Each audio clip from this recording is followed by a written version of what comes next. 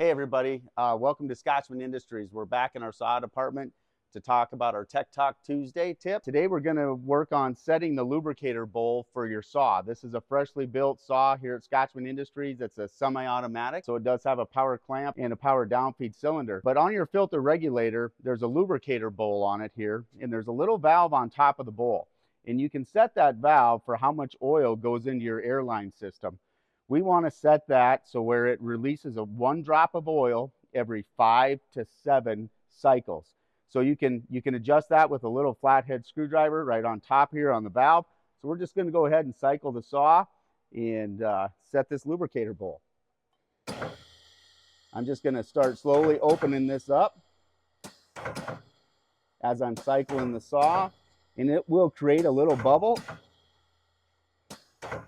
at the end, and then eventually a drop will fall into your airline system. Okay, there's our bubble.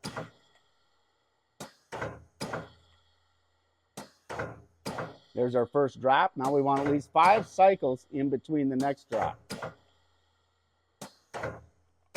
There's 3, 4, and 5. And it drops. So we're going to tighten it up just a hair.